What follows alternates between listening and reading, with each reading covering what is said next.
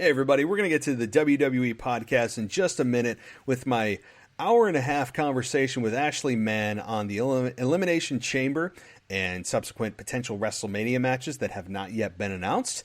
And it was a very, as always, I mean, what else am I going to say? Because it's true. Amazing conversation with Ashley as she got me way more excited about Elimination Chamber than I ever thought I would be because of the just lack of star power, and it doesn't seem like a very strong card. But we ended up pumping ourselves up for the pay-per-view tomorrow night, and it's a great conversation. You get to hear our predictions. Again, WrestleMania is involved. We even talk about Otis and Mandy and where that could be going. And at the end, we have a bit of a rant on our WWE production sins that they just continue to commit year after year after year. I mean, this stuff's been going on for 20 years, and we cover that at the very end of the show. So we're going to get it all started right after this. Welcome to the WWE Podcast, the most passionate and authentic wrestling analysis on the web. We've got you covered with every Raw, SmackDown, and NXT show, giving you a no bullshit opinion. We know you love wrestling. We do too. So let's get this show underway.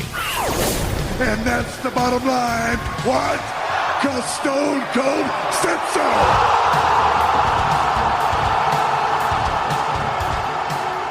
Welcome to the WWE Podcast on this Saturday, March 7th, 2020. Elimination Chamber comes your way tomorrow night from Philadelphia. And when you look at that card, boy oh boy does it look underwhelming, doesn't it? It just looks as if you're getting the B team, right? It looks as if you are getting the shaft of WWE, the leftovers of their of what they could put together for a pay-per-view. Feels like a very glorified SmackDown or Raw, doesn't it? Well, Ashley and I are going to change that opinion of yours as we roll on, because we changed our own opinions of it, and that's how I know we hopefully will have the opportunity to change yours and get you more excited than you may otherwise be as you look at this card and go, yeah, it's got some, some good stars, some big stars on it, but nothing that blows you away. I mean, you don't even know what the main event is, right? You look at this and go, what could be the main event? Well, we answer that question as well. We speculate on WrestleMania matches as we book ourselves into excitement to WrestleMania, as we always seem to do on this show. And it's always it's really great to have her on the show. She's just very well spoken, knowledgeable. I mean, up and down the list, she checks all the boxes, and it's great to have her on the show and have such a long conversation that feels like 10 minutes. So we cover in depth WrestleMania. Well, as much as WrestleMania as we can. We touch on Goldberg. You get her opinion on that. Edge, Orton, Beth Phoenix. If Rousey's going to show up, if Undertaker's going to show up. Drew McIntyre's booking so far, Otis and Mandy, where that could be going, and it's just, I mean, up and down the card here. So I think it's a conversation you'll enjoy. I did, and I know that you guys enjoy Ashley, and you will definitely like this conversation. If you like long form audio and you like podcasts that run more than 10, 12, 15 minutes, this is certainly going to be the show for you.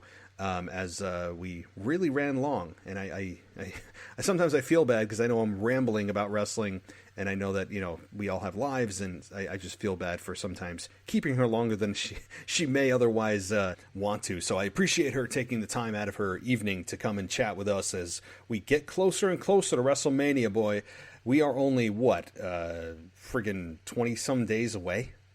It's insanity that we are 4 weeks away from WrestleMania 36 from Tampa, Florida, of which I will not be attending, which is unfortunate because I would have loved to. And so it's really something I would have loved to have gone to, but I have other commitments that I am doing instead of WrestleMania.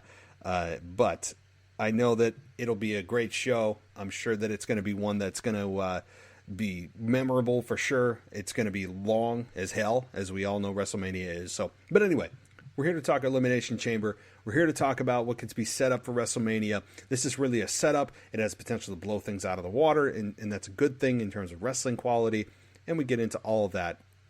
But first, if this is your first time joining us, thank you. This is the Unofficial WWE Podcast, as we come to you 7 times a week. And I'm not kidding. There's a lot of audio on this feed, and I have some great co-hosts who dedicate their time and effort to making this show a success. So first and foremost, I want to thank all of my co-hosts, all of my other hosts that are making this show what it is today. And obviously the listeners who continue to grow and support the show. So you can follow me on Twitter, which is the best way. And you'll be able to follow me throughout the entire pay-per-view tomorrow at the WWE Podcast. And you can hit my WWEpodcast.com website up if you want to check out the website that was newly renovated this past summer. And check that out. And we're going to continue to make that a little bit more of a platform, a usable platform as well, and add some things there. But before we get to that conversation with Ashley, I want to do the segment that is brand new here, and where you guys send in audio, questions, comments, whatever, to me at realwwepodcast@gmail.com, and I answer them live on the air. So let's get to that. And by the way, you can do so as well. Just send me your voicemail or whatever format that you'd like to my realwwepodcast@gmail.com address, and I will answer your question on the air. And this time we have Josh Gumble, who sends us this question on the road. Hey Matt, just wanted to get your opinion and thoughts on something. On the show, you're constantly talking about how WrestleMania is getting longer and longer, and it's a 5, 6, sometimes 7-hour show. It feels like, including with the pre-show. And what I was thinking the other day was, why is WrestleMania taking so long? Why is the show so long? And I was looking at the cards, and I really think it's because of how many championships WWE now has on its roster. This year at WrestleMania, we're expecting around 8+ championships total to be defended. And I was kind of wondering, is that the reason why WrestleMania is just now taking so long? It doesn't really leave a lot of time for the singles matches or the gimmick matches. I'd like to get your thoughts on this. Thanks. Hey Josh, so great question. And so I have talked about this a couple of times, and it is worth discussing, because as we get closer to WrestleMania, as we all love WrestleMania, we all clamor for it as wrestling fans. It is the Super Bowl of wrestling. And as we get closer, we also simultaneously dread the length of the event. We all go, oh, it's going to be great, but, right? We have to strap in for a 7-hour event. I mean, you've got the pre-show and all that, and all the pop and circumstance that surrounds WrestleMania that has become now a just multi-day event. And so I think that the reason it's a much longer show than it used to be is twofold. Number one, yes, they have more championships, which is why they showcase those championships at WrestleMania to have them defended. They also have multi-person matches and have gimmick matches that I think are not necessary, because WWE's philosophy has changed to everyone gets a jersey, everyone gets a participation trophy at WrestleMania time, everyone gets the opportunity to get out there in front of the audience. And I am of the belief that it doesn't need to be that way. And WWE obviously does not agree. And we've had the stadium pay-per-views for quite a while now, which is when it kind of seemed to transform into this just insanely, unnecessarily long event, of which it really just is a law of diminishing returns, where more is not better, right? There is a certain point, probably a measurable point in which that the more thing where WWE just is giving us more and more and more actually just becomes less and less and less. And so when you have this mentality, though, of everyone gets a participation trophy and gets to participate at WrestleMania, that goes against what every other sport in the history of sports uses as their format for the biggest event of the year. Look at the World Series. Look at the Super Bowl. Look at the NBA Finals. Look at the Stanley Cup in hockey. Does everyone get a chance to be there? No. Only the best of the best get to be there. And with WrestleMania, instead of just the best of the best getting to be there, it's, are you on the team? Well, guess what? You get to be there. And it's just making the show unnecessarily long. It's also, I think, bringing back or creating a lack of competitiveness among the superstars, because eventually you're just going to get an opportunity to be on the card and you're going to be at WrestleMania. And for some guys and gals, who may be a little complacent, that's enough for them, where they just go, well, it's WrestleMania time, I'll get in the Battle Royal or something like that. And instead of encouraging their stars to work their asses off to get on the show and earn a spot on the show, you would think that their biggest event of the entire year would be their most coveted, that it would be their most difficult to get on as a WWE star. And the answer is no. It's actually the easiest to get on. And WWE has conditioned their fans that they know that it's going to be a long event, and we've kind of come to accept that. And so that's part one. Part two of why I think it is because WWE likes to make sure that their stockholders and shareholders know that WWE fans are streaming the network more than ever. So I think the show is actually probably going to get longer rather than shorter, because they get to report to their stockholders that look how long the fans have watched the network and how long they watch WrestleMania. But it's skewing the number that they report because their show is longer. And they know fans are going to watch WrestleMania because it's their biggest event. And it's become a rite of passage for wrestling fans and for casual fans that pop in once a year to see what's going on when it's cool to watch wrestling once a year. And they get to just tell all these, the shareholders on Wall Street, oh, look at our network watch numbers are up. Well, they're up because you had the most number of people watching WrestleMania because it's your biggest event, and you subsequently made it a long event. Not that they're watching more content, you just had a longer event that fans are going to watch skew the numbers. So I think it's a Wall Street-driven analytic that they're trying to artificially inflate, and I also think it's a management, everyone gets a jersey mentality, in short. So how about that for an explanation? Thanks so much for your question, Josh. Alrighty, let's get to the conversation with Ashley as we cover Elimination Chamber and all of the things in between. And I think you guys are going to enjoy this. Just so you know that my schedule the rest of the week, well, tomorrow's the new week, but don't forget to turn your clocks ahead if you didn't already do so, as Daylight Savings is tonight. But the rest of the week is going to go as follows. With WrestleMania, with the Elimination Chamber pay-per-view taking place tomorrow night, I'm going to be doing a review show Monday. So that's a bit of a change up. And then, of course, Tuesday will be the Raw review. Wednesday, I'm a bit up in the air. I may or may not do a show Wednesday. If I don't, it's going to be a retro wrestling nostalgia show where I pull a wrestling nostalgia show from the vault. And then Thursdays, your AEW NXT reviews. And then, of course, we get right into the wrap-up and weekly reviews as well. So that'll be taking place on Sunday with my co-host as we discuss the fallout of Elimination Chamber, SmackDown, and Raw. So that'll be coming your way. So yeah, boy, it just doesn't stop here. The wrestling content, the wrestling audio just continues to get pumped out. And that's not just because of me. This is really in large part due to the great cast of team members that we have here at the WWE Podcast, and because of really all of you who love to listen to wrestling audio. So alrighty, take a breath. You guys take a breath. And let's get into my conversation with Ashley as we cover the Elimination Chamber.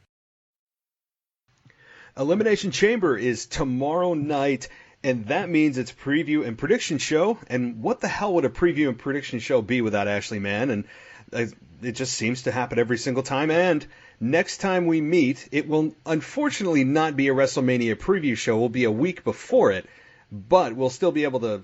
We'll have the entire WrestleMania card, so we can just continue on with our just have to happen type of show of previewing the pay-per-view. So Ashley, welcome back. It's awesome to have you here. It is so great to be back. Thank you for having me, Matt. And yeah, I'm ready to talk Elimination Chamber, or what could be Elimination Chamber. Very little hype going into this show, so you kind of forget that, hey, there's even a pay-per-view tomorrow. And, you said it before we hit record. Like, this feels like a pay-per-view that doesn't need to happen. It feels kind of like, well, it's on the schedule. Let's see what's going on. And basically throw the matches that could happen on Raw or SmackDown on the show. It doesn't feel like a whole lot of star power. It feels very underwhelming. That's not really a shot at WWE, considering they just had the Saudi Arabia show with Super Showdown, and WrestleMania is 4 weeks away. So it is what it is. But this, while we all have the bar set so low, I think this gives the opportunity in WWE the opportunity to really blow us out of the water with maybe some great matches, and really it's wrestling quality that I'm looking at here. And what about you? As a whole, are you looking to this pay-per-view for anything specific? No, and even though there really hasn't been too much hype in my opinion going into it, I still think it'll be a decent and solid show. I think, like, for instance, Aleister Black and AJ Styles, I think that should be a pretty good match, and I'm interested to see what they do with that story. So I think there's going to be a lot of talking points coming out of it. It's just, I just feel like an Elimination Chamber type of pay-per-view should be almost like the culmination of certain feuds, just with the type of match that it is, or maybe just have a little bit more hype going into it and actually feel like there's a purpose for having a chamber match in and of itself. And this year, I think more than any other years for me, it just feels like something that they just have to do just because it's on the calendar. You know what I mean?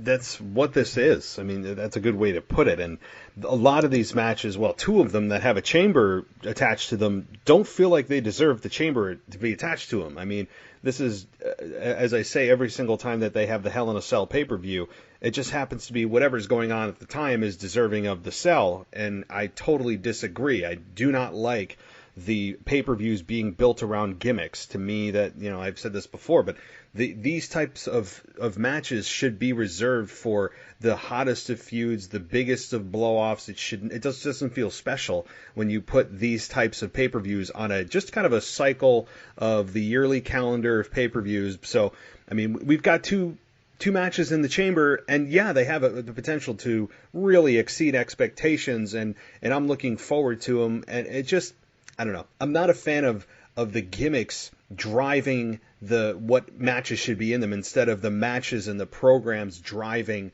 when the chamber and the cell should be used. Right, and speaking of that, what do you think is going to be the main event?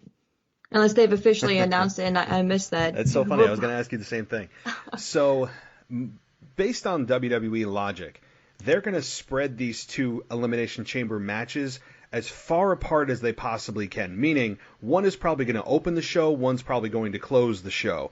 That would tell me that who's going to open the show is probably the tag team elimination match in the chamber, and what's going to close it is probably the women. As predictable as that match may look, I would say that there's some unpredictability, particularly post-match. And, while I don't think 80% of the women in there are deserving of even having this opportunity based on their win-loss records and what they've been doing really in the past 6 months to a year, I think this has the potential to really showcase Shayna Baszler in a way that maybe we haven't seen before, and maybe those that haven't watched NXT before, you may get more of an education on Shayna Baszler, and I don't think I'm really burying the lead here with who I think and what 99.9% of fans think or who's going to win that. So I think, to answer your question, it's probably going to be the women that end up main eventing in the chamber. What about you?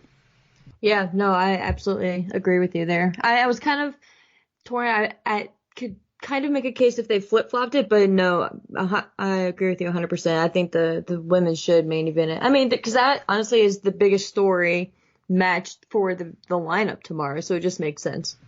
It does. It is the biggest match. You can't have the tag team match end the show. It may be, in terms of wrestling quality, it might be higher if you just look at only the wrestling, but story, it has to be the women. Not that anyone in the chamber particularly interests me in terms of who's feuding with who. It's clearly Shayna and Becky who are the overarching program on Raw, but it's more of the women's championship superseding the tag team championship. So, and we'll get into our predictions and what could possibly make this a at least slightly unpredictable outcome, or at least post-match shenanigans, which I have some thoughts on. So before we get into the predictions, I just want kind of your general thoughts, since it's been some time since we've spoken, and it just feels like so much has happened every single time, and obviously in Mania season, that's magnified.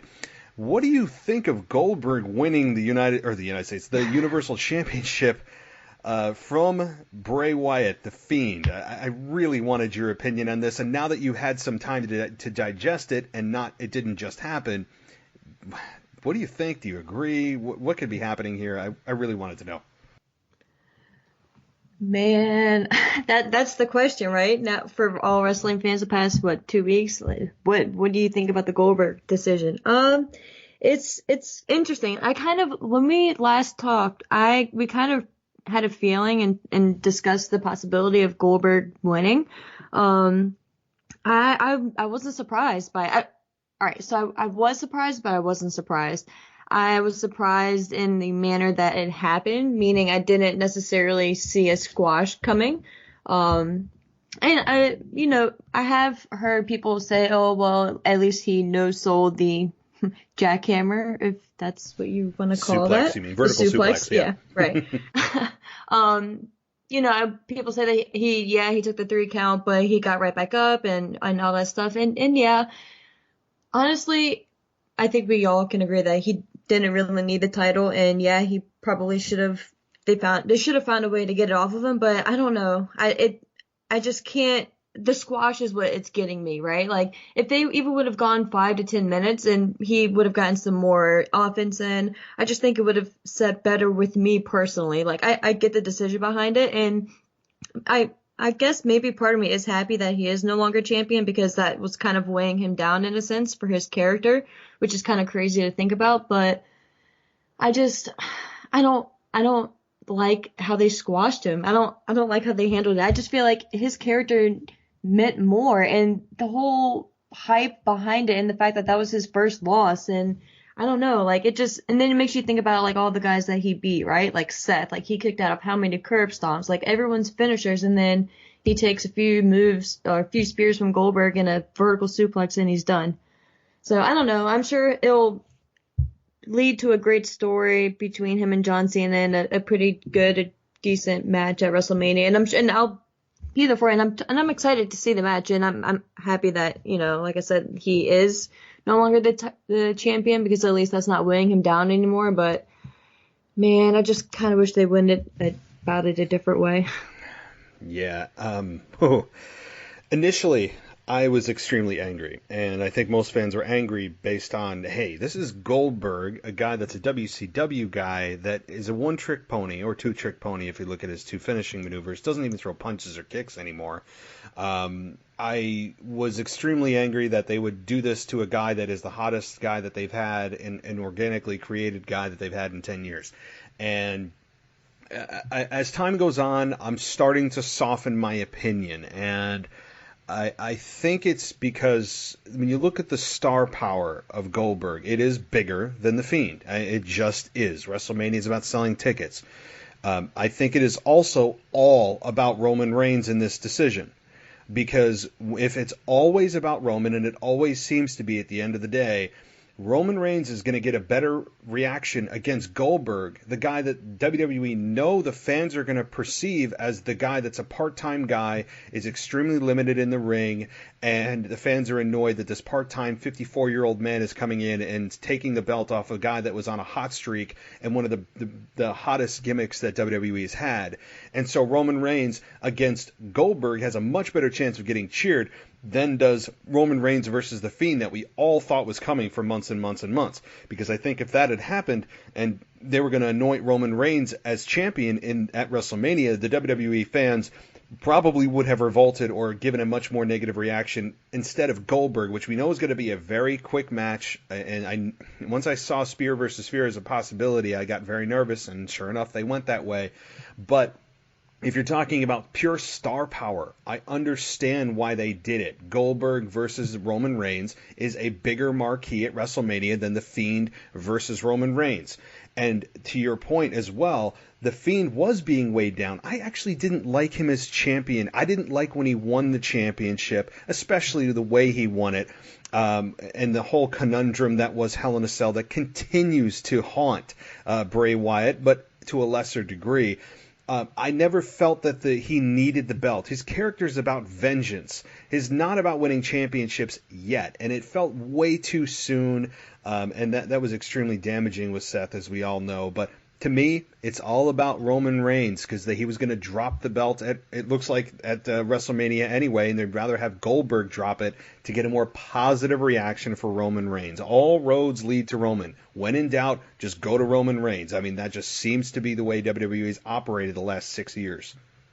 Yeah, and especially with that being the end piece, being Roman as champion at WrestleMania, this is the best option for both sides. You know, Roman doesn't have to be anywhere near the Fiend because we all know that he would most likely get booed even if they are in Florida against the Fiend. And the Fiend doesn't have to lose at WrestleMania, and the Fiend can have his WrestleMania moment, which he deserves. So in a sense, you have to kind of look at it as, do we want him to go to WrestleMania against Roman Reigns and lose?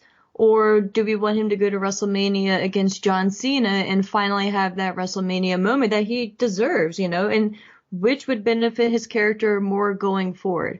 So, yeah, like the whole Super Showdown does not sit well with me, and the whole idea that we can't even acknowledge it, not even 24 hours afterwards.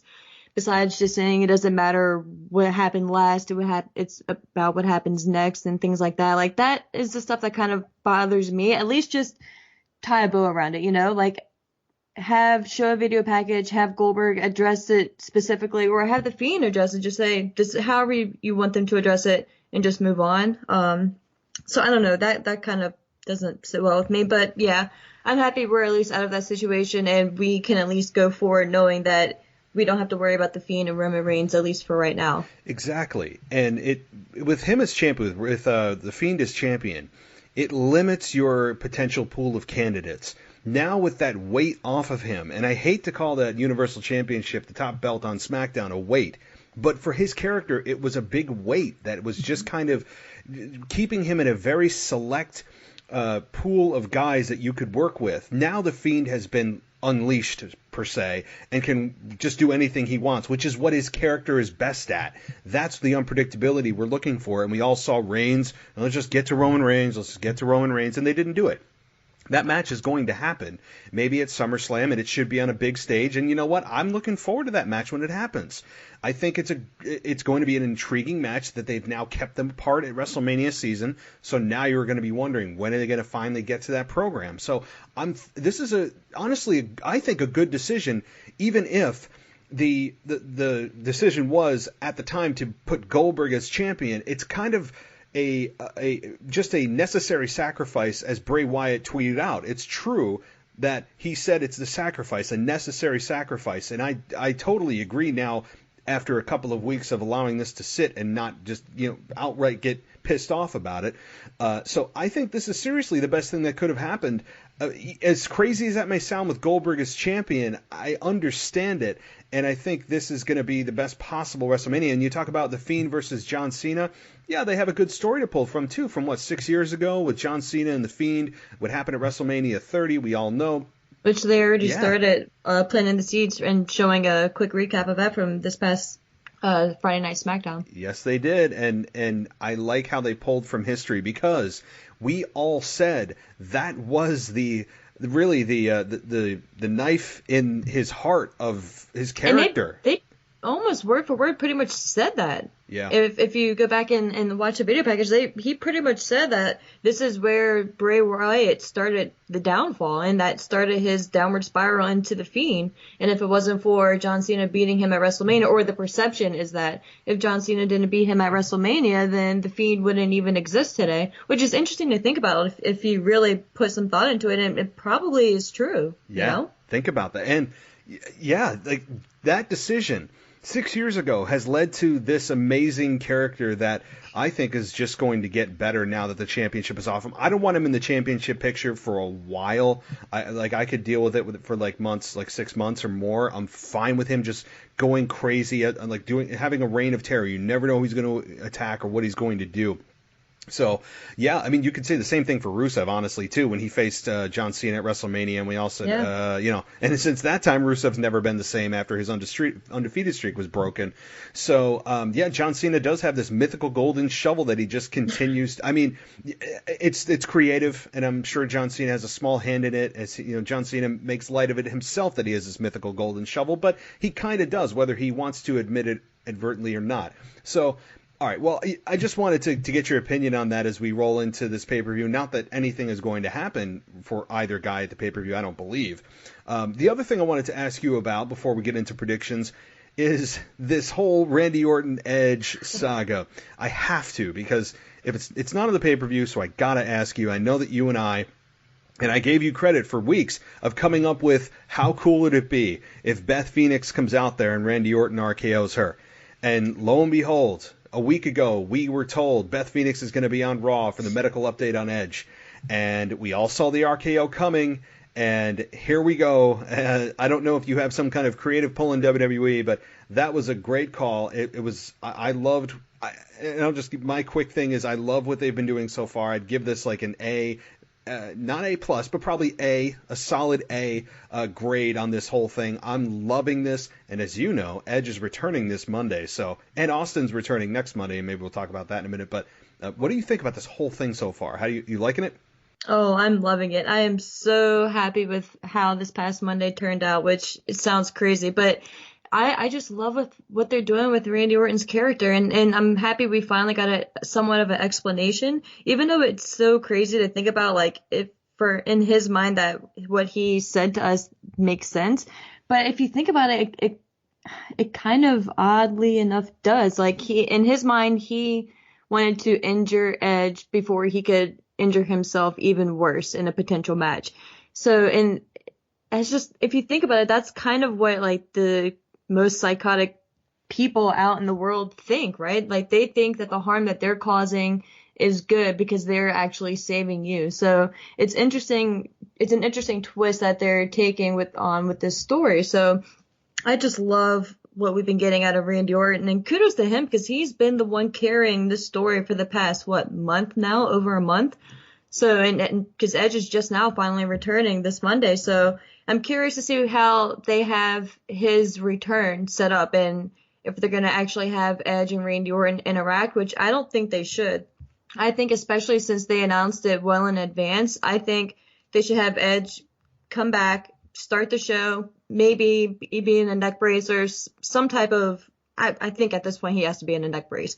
So have him come out. But I think Randy Orton needs to not be there. I think he needs to be there via satellite just to have another small dig at Edge and just kind of rub it in. Because obviously if Randy Orton and Edge are both there face to face, how can Edge not physically assault him, with all that Randy Orton has done, especially to Beth. So I just think they need to keep Randy Orton as far away from the building on Monday as possible to keep this playing out as long as they can, because I don't think these two should be face to face until WrestleMania. But again, I love what they're doing. Randy Orton is so good right now. And like we all said, when he is motivated by something and when he has something of substance that he can actually stick his teeth into, no pun intended, you get the best Randy Orton. And I'm just so here for it. Welcome back to the WWE Podcast. Let's get back to more great wrestling audio.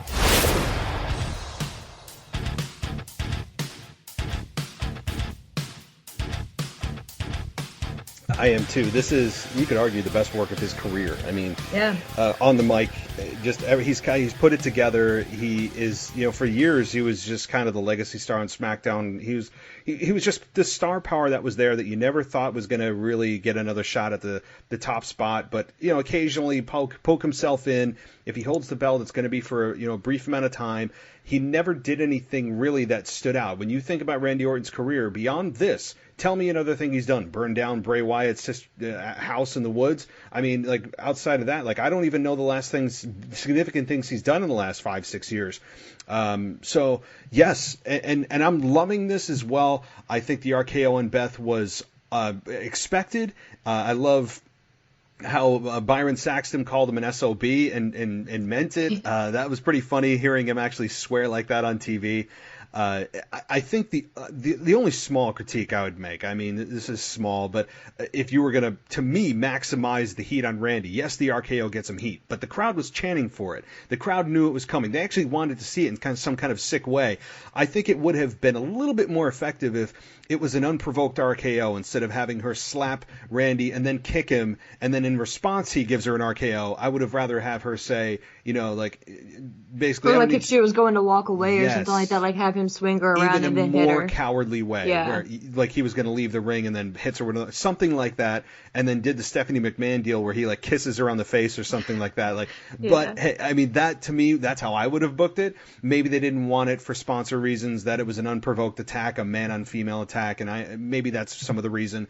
But to me, that would have maximized it. The other thing, small hole in the logic is, well, Randy comes out. I loved his speech. It was, if you want to take a promo class, I mean, you could just watch that, and his cadence, the way he delivered it, the believability, his sick logic, his twisted logic of trying to turn this and really put the responsibility on Beth Phoenix for what happened. He didn't do it. It was her fault that he had to do this to protect Edge from himself.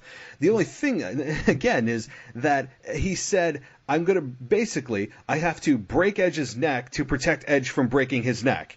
Like, right. It's like, well, I mean, so why didn't you, I don't know, break his leg or something like that? The logic there was a small hole that it's like, well, you're protecting him from something that you just did to him. So, I mean, that's the only thing I could critique about it. But, I mean, other than that, all of that has been overshadowed by great performances by Randy, just monumental heat with Matt Hardy, his performances as well. And now you get an RKO on Beth Phoenix. They hit the crescendo of heat. And I totally agree with Edge coming back on Monday. I would like to see Randy either like you said, via satellite, or if he's there, just a swarm of security protecting him from Edge, and he'll frame it as, well, this is not to protect me, this is to protect you, Edge, because I'll come in, And so to me, it's either that. I honestly don't want Edge to get to Randy as much as people want to see it. That's the whole point. I'm okay with waiting until WrestleMania for this, and I can't wait. And at this point, we're only a month away. Like, Randy has carried it this far. Like, you can wait just 4 more weeks, before anything physical. I know, but I'm totally with you. And fans are going to start to get really impatient, and that's what we're looking for. That's what I want. Yeah. But people aren't used to getting that, and WWE sometimes gets in their own way with their booking. To me, the best thing to do is keep these two apart. Maybe in the final Raw, it's advertised that both men are in the building, and they're going to have security surrounding the ring, maybe police in the ring, and they're going to have like a contract signing or some kind of like face-to-face that they'd love to advertise for the final Raw, and maybe there's a quick brawl that ends up in a stalemate. But I don't want Edge getting a spear on Randy. I don't want Edge. I don't want Edge doing anything like that. So. I can't wait. And then, what is your quick thought on Austin coming back the following Monday on 3/16? I would assume a stunner and some beers in order, but I don't even know what he's back for. They haven't really specified. Dude, I have no idea, but I'm excited for it. I didn't even put the pieces together when they said 3/16. I was like, wait, what? I was like, oh crap, that's so true. Because I don't think they've ever had him come back and celebrate this before, unless I'm completely overlooking it, but.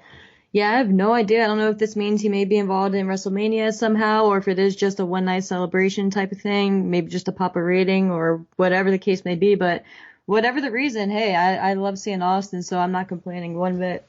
No, and I actually did I did like Google Maps to see if I could actually drive there. It's in Pittsburgh, so it's like an 8-hour drive for me. It would not make any sense. I thought about it.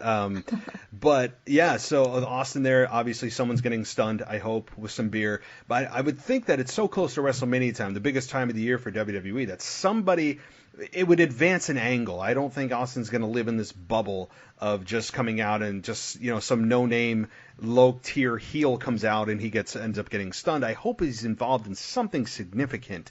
And maybe it ends up... I'm just trying to think, like, what on Raw? Like, who would he go against, I know. Maybe Seth? Seth and him come face-to-face. Obviously not for a match for Austin, but maybe he's the referee at WrestleMania. With him and Kevin Owens. Maybe he's the guest referee. Because now that I'm thinking about it, just thought about this, Seth Rollins said last Monday night that he would face Kevin Owens anytime, any place. Kevin can pick the stipulation. So he said that.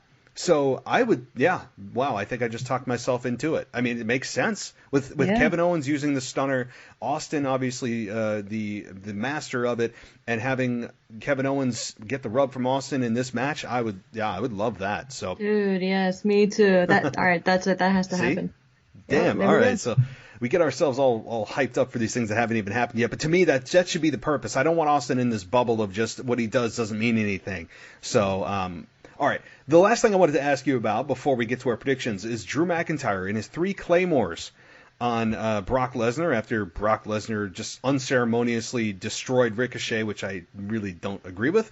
But Drew McIntyre takes out Brock Lesnar in a great way. Brock sells the hell out of it and holds the championship high. The crowd loved it. I loved it. And I can't remember the last time Brock Lesnar was on his back.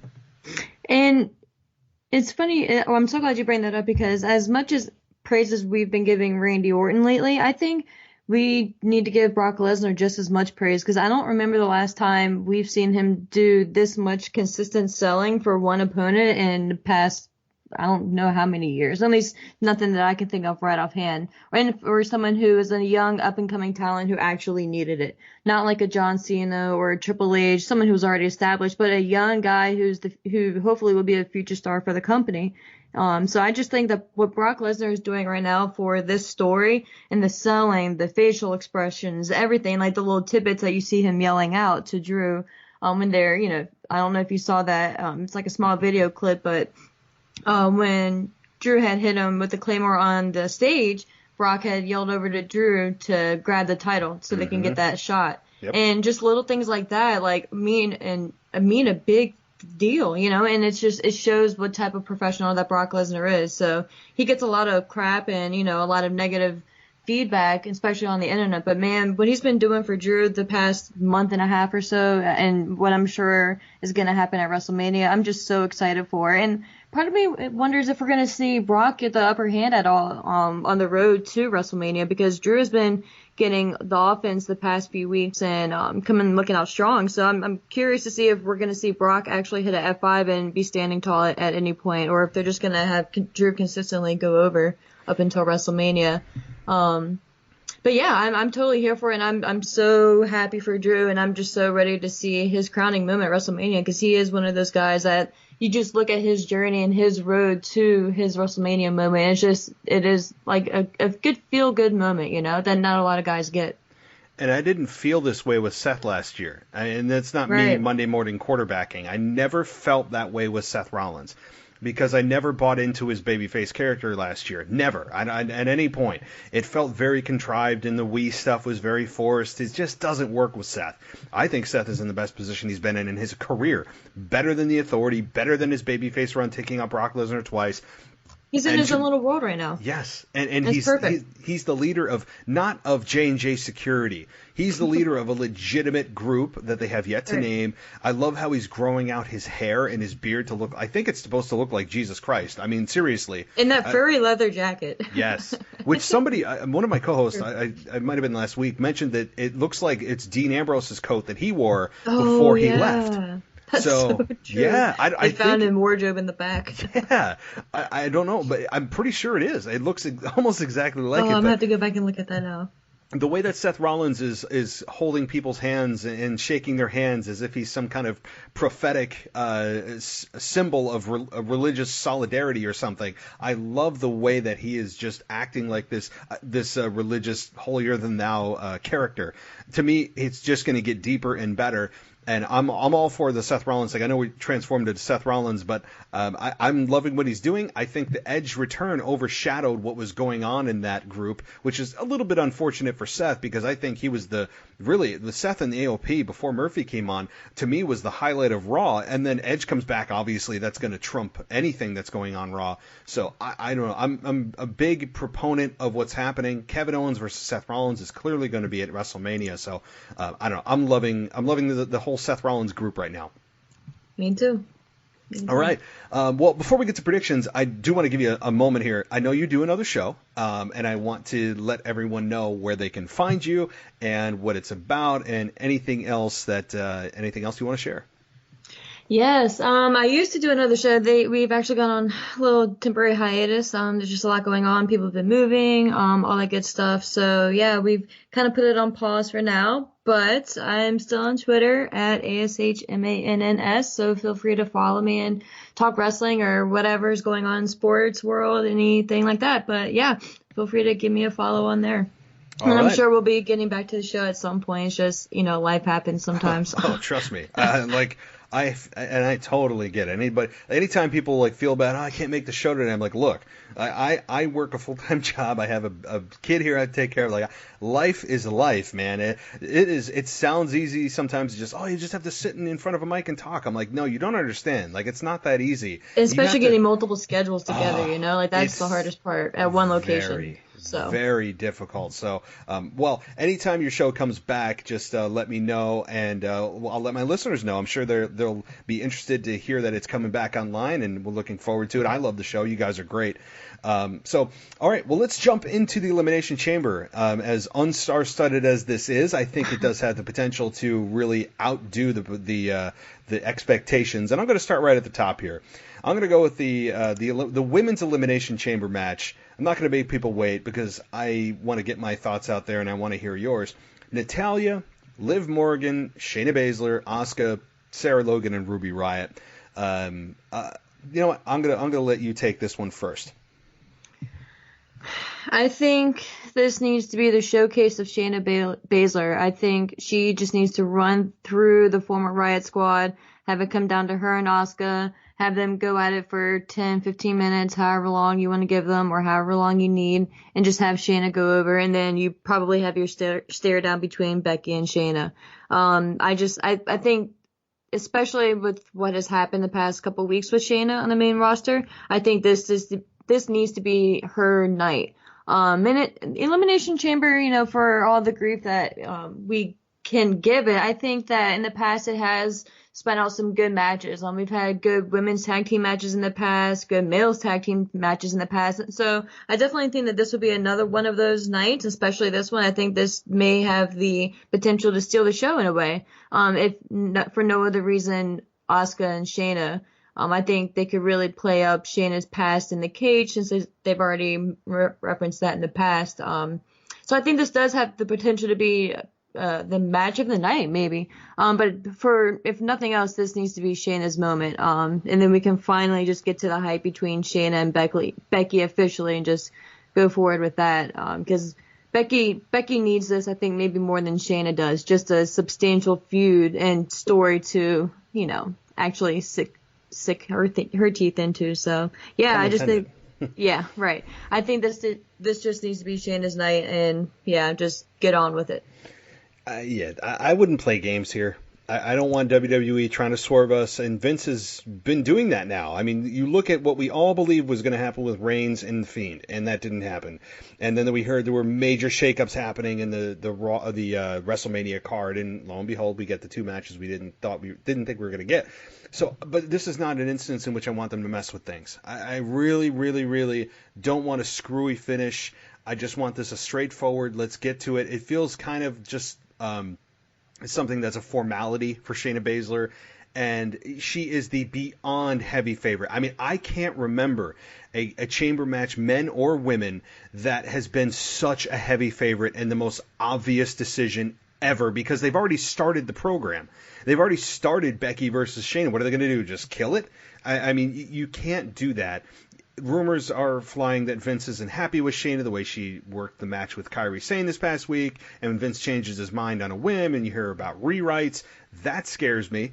But I don't want them screwing with this. I don't, there's no need for this. And you can make an argument, why the hell is Sarah Logan in this match, right? I don't even think she's ever won, yet she's in this chamber match. Ruby Riott, I mean, what's she done since she got back? Basically turned heel and attacked Sarah Logan, and now Liv Morgan has beaten Lana. I mean, what have those three done? I mean, seriously, not that they don't have potential, but when you look at the credentials and the win-loss record, they don't even belong on Raw, much less in the chamber match, but it is what it is. I think these three are talented.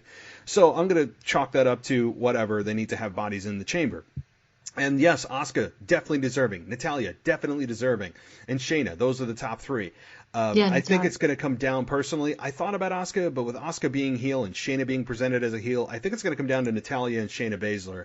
And I think Natalya might have a Daniel Bryan moment and a Kofi Kingston Daniel Bryan moment from last year, where Natalya makes you believe that she could end up winning the match. And they may play off of that type of formula from last year, So I think Shayna and Natalya is what it's going to come down to, and Natalya is going to give you some kind of hope. She's the grizzled veteran. She is a legitimate badass. She's a locker room leader. So I'm looking forward to that, how much hope they can provide us in Natalya versus Shayna Baszler when it all gets said and done. And obviously I think Shayna's going to win, but how much can they bring the crowd into a match that is all but a foregone conclusion? So for just a long story short, Shayna wins this. Yeah, and I think that's why, real quick before we move on, that they probably scrapped the whole men's Elimination Chamber match as well, because just think if they would have kept the men's singles chambers match intact as well and had Roman and Shayna going into the respective chamber matches, I mean, that's two of the biggest matches on the card that you 99% already know the outcome to. So thinking back on it, kind of, because at first I was wondering, like, one of my issues with the whole lack of follow-up after the Fiend lost was just how easy it was for Roman to literally just come out there and say he was next and get a WrestleMania title match. I think I meant to mention that earlier. That was part of what didn't really sit well with me either. But looking back at everything as a whole, because then that made me think too, like, because why didn't he have to do anything to earn his spot, right? But the women do, and just if you lay everything out on paper, like, some things just don't make sense, like how you got to one title match compared to how you got to the other title match. But yeah, I think if Shayna doesn't win this match, I would be shocked, to say the least.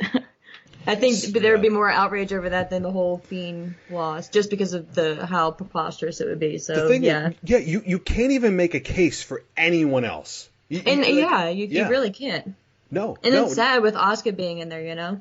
I know. If Asuka and Becky didn't have their last couple months happen, I would say we have a real possibility on our hands. I mean, you would say this is, these are the top two. To me, it's Shayna, and then there's everyone else. And they're like 4 levels below Shayna Baszler right now. And Asuka, as talented as she is, they're not going back to that. Natalya versus Becky, we've been there, done that. And Natalya is not a true contender at this point in her career as she's been presented to Becky Lynch. So the wrinkle in this, yes, you could have Becky Lynch attack Shayna after the match, and I think she could. I think that could be the post-match excitement where we have Shayna Baszler and Becky Lynch going toe-to-toe, and they're trying to bite each other's faces off to end the show. I would think that they want to end it on a positive note and make sure people go home happy with a smile on their face.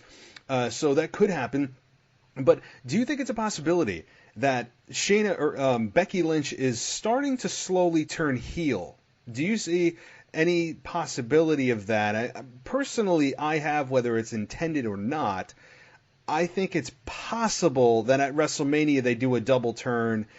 It's not easy to do, but based on Becky Lynch's over-arrogance over the last month or so, her obnoxious outfits, and I know she's trying to maybe change things up or just trying to be too cool for schoolgirl, but I think she's getting away from what people originally backed her for, being a great in-ring performer, having the quiet confidence, and just being kind of the very relatable character that most of us can grab onto. She seems a little bit over the top with her goat jackets and her sunglasses, the Thug Life sunglasses, and all this stuff. I don't know. Maybe it's just me. I'm sensing a possibility of a heel turn, but even if that's not intentional, I think at WrestleMania, Becky Lynch is going to have a hard time for people cheering for her, because I think people are ready to see Shayna Baszler just run roughshod over the women's division and take that belt from Becky, who's had it for a year now. So that's at least my thought. And the WrestleMania crowd's going to be really tough on Becky. At least that's my thinking. And, part of me the past few weeks has been going back and forth with the idea that Becky, there is a double turn at WrestleMania, but Becky cheats to retain her title at WrestleMania and Shayna loses. And then the next chapter of their story going forward is heel Becky champion with the babyface Shayna chasing her. Because I feel like they could really have some money and momentum behind that story going forward for maybe the next 2 to 3 months, or maybe going into, SummerSlam time frame. But I would love to see that, because then at that point Becky would be champion for a whole year, probably to the day. So I think that they could really have a good, cocky Becky heel story after that, saying, I've been the champion for a year, people turned your back on me, however she wants to play, or even if she doesn't even acknowledge the fans, maybe she just cheats and just, however she wants to play it. But I could totally see a heel, cocky Becky with a pure babyface Shayna chasing her, and not a babyface in the sense that she's like pandering to the fans and saying like just like the thankful to be there type, but just being that badass type and just kind of like Ronda was in the beginning, just going full force at Becky Lynch and just having a strong storyline in that sense, kind of just like flip the roles. Yeah, that absolutely is a possibility. Not saying it'll happen, but just because, Brooke, I didn't mean to cut you off, but just because I'm thinking about, like, are we really going to get a WrestleMania like we did last year with all new champions, or in like pretty much every outcome that we wanted happening? So that's the part that gets me, like, out of all the championship matches that could potentially be 100% official after Elimination Chamber, if this being one of them, is everyone that we want to win gonna win? Is Drew gonna win? Is Shayna gonna win? Is Rhea gonna retain? Like, that's what kind of makes me nervous. To me, I don't think this is going to be a Christmas morning like it was last year. I think there's possibility of things not going the way people want or expect, and I'm fine with that. I'm okay with being pissed off. Yeah. If it's being pissed off because I want to see the heel get their ass kicked.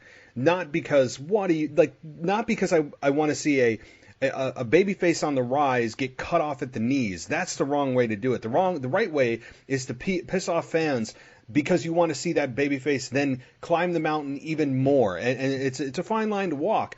And yes, having Becky Lynch do what you just described at WrestleMania, with a crowd that's already kind of tired of her being champion, I'm starting to sense that already. And it's just the normal cycle of being champion. It's eventually going to be like, okay, we've had your run. It's been a great run, and it has. It's been a legendary run for Becky Lynch. Future Hall of Famer from this run. I know that's early to say, but I think she easily is that.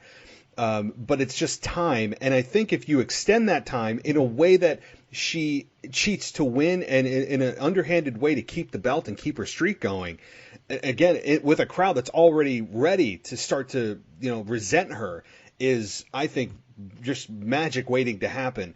And Shayna Baszler is babyface? Yeah, she's already a legit badass. She's got credentials. Mm-hmm. Yes, we all know the rub with Ronda Rousey. We all know that relationship. And there's been sightings of Ronda Rousey. I tweeted that out at WWE headquarters this past week with Cain Velasquez, who I never want to see in a wrestling ring again, ever. I just don't care about Cain Velasquez in that capacity at all. But with Ronda there, she could probably be involved at Mania. I hope not in a title belt, maybe as a special enforcer or a special referee, or maybe just show up after the match. I don't know. But do you think there's any possibility of Rousey getting involved at Mania at all? No, I think if we see Rousey anytime soon, it's the night after. Yeah, I would if I was going to do it, yes, because I don't need her because she's such a big name that I think it would overshadow whoever's in that match, and you'd just be concerned about what's Ronda going to do, who's she going to turn, is she going to, instead.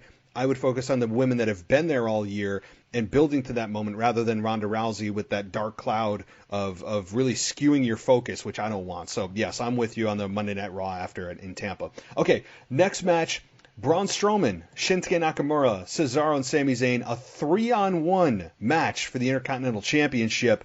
I guess I'm a little unclear. I would assume that this is a 3-on-1 handicap match, that if any of the three, Sami, Cesaro, or Shinsuke, win, the belt goes to Shinsuke? Or did they make it clear if any of whoever pins Strowman would become champion? Yeah, I want to say no matter which one of the three pins Strowman, Shinsuke wins the title. I think that's what it was. Okay. I'm pretty sure. Well, to me, it doesn't matter because I think Braun Strowman's coming out of here with the belt. Yeah. I just don't think that putting that on him so soon and then removing it would do anybody any favors. Sami Zayn, by the way, on a side note, this past week, I love him on the mic. They just need to just hand him a mic and let him go. I don't want him ever getting a script. It doesn't sound like they are either because he's freaking brilliant on the mic. He's just so easy to hate. There's no way he has a script. There's no way. With just how much he just rambles on and on, like there's no way. I don't even know the last time Sami Zayn's had a match, but right. He's such a great mouthpiece. To me, Sami Zayn is really a diamond in the rough, a guy that could be your top heel. He can perform in the ring, although we haven't seen that in a few months. I love everything about Sami Zayn, and what he's done for Cesaro and Shinsuke has really been unspoken, unsung for those two guys that really are kind of lost in the sauce right now without Sami. Sami really is the glue holding this whole thing together, and him mouthing off to the NWO this past week, who seemed lost in their own right. He was the star of the show, but I really do expect Braun Strowman to retain, and the reason is also because I don't need Braun Strowman floating around and bringing in children to be tag team partners or doing stupid stuff with Saturday Night Live guys. I need him in a real program, and if they take the belt off him here, I'll be really disappointed, because I think Braun needs something solid for once at WrestleMania than just kind of these side shows that are nothing more than the sports entertainment-y type of stuff. I agree with you 100%. I see Strowman going over here. I don't see this being a long match at all. I think Strowman wins, and then I think this leads to Braun versus Sheamus at WrestleMania, and I hope so, because I think that could be a fun big man match. And I think that those guys can have a good solid 10 to 15 minute match even at WrestleMania, maybe 10 to 12 minutes, but I could see them having a good hard hitting match. So yeah, I'm right there with you. I hope Strowman wins. I think he deserves to have a decent title reign. And I think he deserves to finally have an actual WrestleMania moment, which I hope is what leads to. So yeah, I'm right there with you. I hope so too. Strowman is more than deserving of it. And yeah, Sheamus alluded to last week, I think it was, that he has bigger fish to fry now. And I hope that bigger fish, not Apollo Crews, but he was alluding to Braun Strowman on the horizon. And I hope that is the case. And they don't just do a multi-man, like a 10-man ladder match as they sometimes do at WrestleMania for the Intercontinental Championship or United States Championship. To me, I hope it's one-on-one. Sheamus and Braun Strowman, I think that's a credible WrestleMania match that you would believe has the potential to go either way. So, yes, Braun Strowman wins. He'll probably get the pinfall. I mean, does it even matter? I hope it's not Sami Zayn. I hope Sami's able to escape as he did this past week. He's such a sly, underhanded, slick-talking heel. I just love everything about Sami Zayn. I hope he's able to not take the pinfall here and blow off the heat. I hope it's Cesaro or Shinsuke, who honestly, it doesn't even matter if they lose at this point. They've already been defined down to a point that you're okay, or at least sadly kind of just expecting them to take a pinfall. So Braun Strowman wins here and he retains. Next match on the card is the other Elimination Chamber match, which has the really potential to blow the roof off the place if done correctly. Is this the Miz and Morrison, New Day, Usos, Heavy Machinery, Lucha House Party, and Dolph Ziggler and Robert Roode that don't have a name. What happens here? There is this one. I think there's a favorite, but I don't think it's a heavy favorite. Who do you have winning and why? You know, part of me would not be surprised if Otis and Tucker won the titles here. I have a weird feeling that they might pull the trigger, and to have them going into WrestleMania as the tag champions to face Ziggler and Roode, just to continue the storyline between Otis and Ziggler with Mandy and all that good stuff. So I wouldn't be surprised, and I can't believe I'm saying it, but I think I'm going to go with them. I think I'm going to stick with Otis and Tucker. I think this is going to be a fun match. I think this is going to be probably the match of the night, if not the second match of second to the top of the match of the night. But yeah, I think that I'm going to stick with them just because it could be a fun change, unless they're going to hold off and let them have their moment at WrestleMania, which could be fun. But I don't know. I think this may be their night, and to have something big happen at the show, That's it. Yeah, so as you were talking, you again talked me out of my pick because... Well, because I'm not really confident, but I think it's more so me wanting it to happen just because I really like Otis, and I think it could be fun because then I just think that they can have Mandy see that he's a winner and come out to congratulate him, and then Ziggler get jealous. I don't know. I just think it goes so many different routes with it, but they probably won't. Well, you might be onto something because they need something a little bit different to happen here. If this Mandy Rose storyline didn't exist, I would say Miz and Morrison retain hands down. I mean, I would say that because they essentially just won them too. I'm not a fan of hot potato with belts, so I would say without Mandy that Miz and Morrison retain. You also have to remember Ziggler and Rude are also coming in last. They won that right this past week on SmackDown, and with Otis and Tucker being legitimized on SmackDown of being able to win and go through several teams, I think is a clue that they could end up winning on Sunday. And my original pick was Miz and Morrison. Simple fact of I like babyfaces chasing heels into WrestleMania for the belts, and Miz and Morrison have not had them that long, and they're a legitimate team. Damn it, now I'm on the fence because Miz and Morrison they're just solid. They're a very solid tag team. It feels like Morrison is just stuck in time as he left WWE and came back in the exact same spot, which I don't like. It's insane. Like, physique-wise, like, it's like, dude, like, did you age at all? Like, no. It's frustrating. I hate myself watching him. Right. I know. So having him back exactly where he left just shows you what WWE thinks where he belongs, which I don't agree. But nonetheless, this is a very difficult one. Again, my original pick is Miz and Morrison, and damn it, I'm just to be different, I'm going to go Miz and Morrison. Yeah. Just to see that, that way we can't have the same record here. I'm going to go Miz and Morrison, but having Otis here, they played the storyline that it's going to be Otis and Ziggler potentially in the ring at the same time and having Otis get his hands on him. And particularly with Dolph Ziggler pinning Otis this past week to earn that right, you would think that the favor would then be returned in kind on Sunday and Otis gets his revenge, and obviously Mandy might see him in a different light.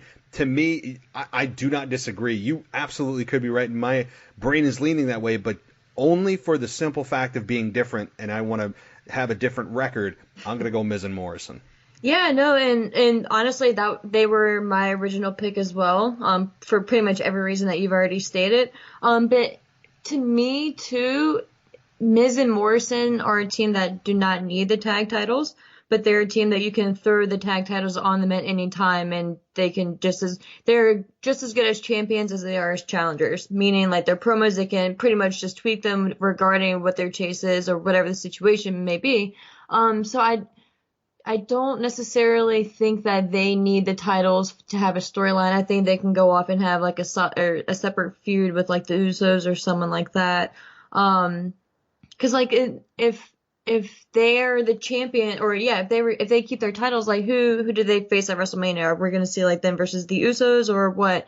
And then what's gonna happen with Dolph and Ziggler or Dolph and Otis's storyline? Are they just gonna keep dragging it out and it just be like a TV storyline or what? So I think it just really depends on how serious WWE is taking this whole love triangle storyline as well. If it's serious to them and something that they really want to put time and investment into, then I could see them pulling the trigger and having them become the champions for that reason. But if it's just kind of like a side thing to them and just more of a comedy act, then I could see Miz and Morrison retaining.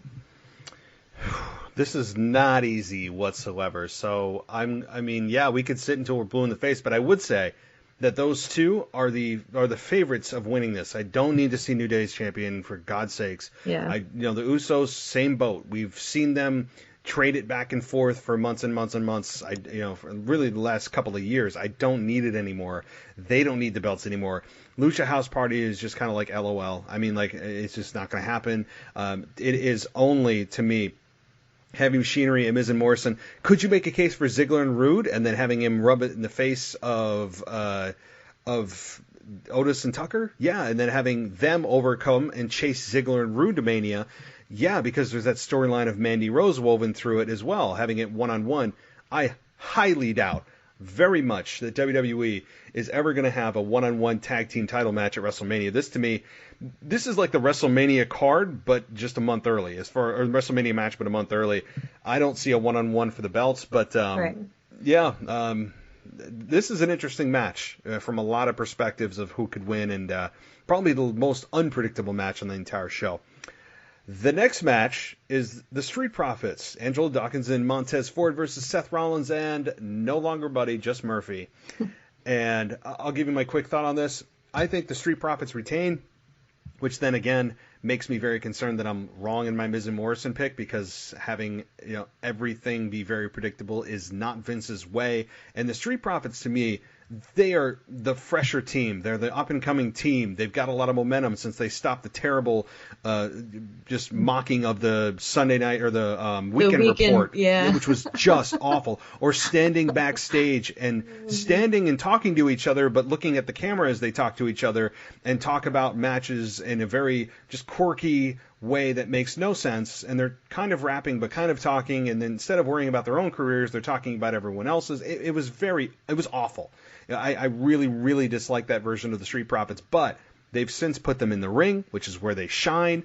Cut a solid promo. Montez Ford, the last few weeks against Seth Rollins, has blown it out of the park. I think he is the star of that team, and having them win was the right move. I think, put a shot of adrenaline in the team, in the belts, and having them lose to Rollins and Murphy would not make any sense to me. Kevin Owens cost Rollins the title. There's no need to give it back to them, which would negate the whole Kevin Owens, creating that situation in the first place. The Street Profits retain. Maybe Kevin Owens gets himself involved again and stuns Seth Rollins again, fueling him even more, which I would love to see. So to me, this is a hands down, close the book. Street Profits retain, whether it's help from Kevin Owens or not. Couldn't agree with you more. I think this match is just a match to fill a spot and some time on the card. I think it's going to be a really good and entertaining match. Like you said, I would not be surprised if Kevin Owens interfered again. But I think this is just a filler match, and the true story and outcome for this is going to lead to Seth versus Owens at WrestleMania. So yeah, like I said, this is going to be a good match, but this is just a finality type thing for their tag team feud. And it's amazing too. WWE talk forever about how automatic rematches clauses are antiquated, and yet here we are with nobody else worrying about the belts except Rollins and Murphy. Whatever. It's just convenience. It's basically like, where are we in the story is what we said convenient for us to apply to our own damn story at the time. Whatever. It's fine. I expect this match to be very good. I'm looking forward to the quality of the match. Okay. Speaking of quality of matches, Aleister Black and AJ Styles. And this is a match that I think has the potential to really, as with a couple of before it, to be the dark horse and steal the show. But I'm not really sold on that based on the few interactions that these two have had. With Aleister Black this past Monday night getting basically looking like a fool that he didn't read his contract, although that was a bad storyline anyway.